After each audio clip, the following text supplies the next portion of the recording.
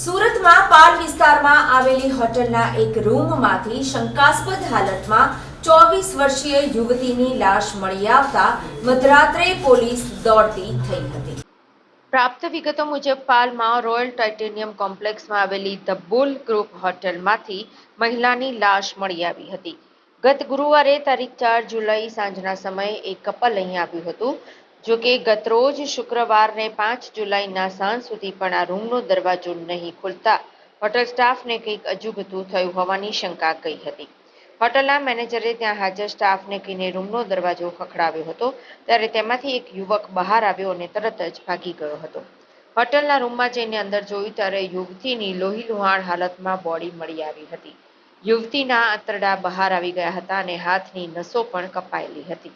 આ ઘટના અંગે જાણ કરાતા પોલીસ પણ તાત્કાલિક દોડી આવી હતી। પોલીસે સીસીટીવી ફૂટેજ, હોટલનું રજિસ્ટર કબજે લઈને તપાસનો ધમધમાટ શરૂ કર્યો હતો। મૃતક યુવતી 24 વર્ષીય હતી અને તેનું નામ નિશી ચૌધરી હતું।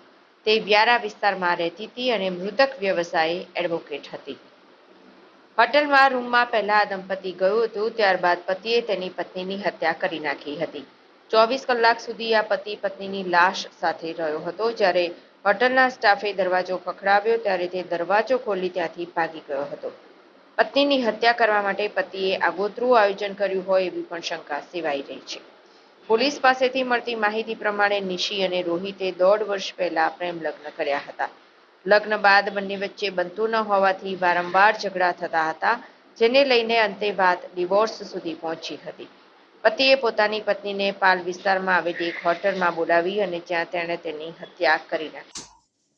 પાલ પોલીસ સ્ટેશનમાં hotel blue group canal road Palanpur આવેલ છે। એના ઉપર એક નિશીબેન મનીષકુમાર ચૌધરી કરીને બેનનું લાશ મળેલી છે। એ હોટલના રૂમમાં મળી। એની તપાસ કરતાં એને ચપ્પુના ઘા વાગેલા અને એ પ્રમાણેનું એનું ખૂન થયેલ હોવાનું પોલીસને પ્રાથમિક માહિતી મળેલ છે અને એ માહિતી આધારે પોલીસે તપાસ કરતાં એ બેન 4 તારીખના રોજ એમના પતિ જે એને લવ મેરેજ કર્યા છે, રોહિત દાદા સાહેબ કાટકર કરીને છે, એ અડાજણ ગામમાં જ રહે છે, એમના હાથે ત્યાં રૂમમાં ગયેલા અને પછી એ લોકો બીજા દિવસે સાંજે સુધી રૂમમાંથી બહાર નીકળેલ નહીં અને હોટલવાળાને બી કંઈ ખબર પડી નહીં। એટલે પછી જાણવા મળેલ કે કંઈક પોલીસને માહિતી મળેલ કે આ કંઈક લાશ હોટલના રૂમમાં છે। એટલે પોલીસ ત્યાં જઈને તપાસ કરતાં આ ખૂન થયેલ હોવાનું જાણવા મળેલ છે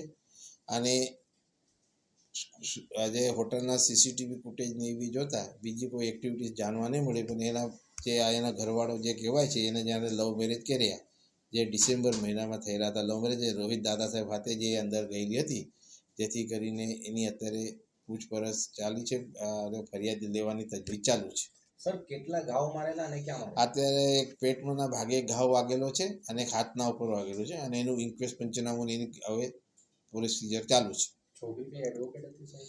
એ જ જાણવા નથી મળ્યું, હવે તપાસનો વિષય છે।